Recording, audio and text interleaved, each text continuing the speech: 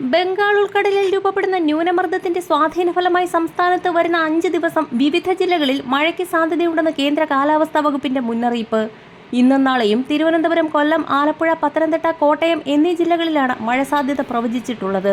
8-ാം തീയതി തിരുവനന്തപുരം, കൊല്ലം, ആലപ്പുഴ, പത്തനംതിട്ട, കോട്ടയം, എറണാകുളം, തൃശൂർ, ഇടുക്കി എന്നീ ജില്ലകളിലും മഴയ്ക്ക് സാധ്യതയുണ്ടെന്ന് കാലാവസ്ഥാ വകുപ്പ് അറിയിച്ചു.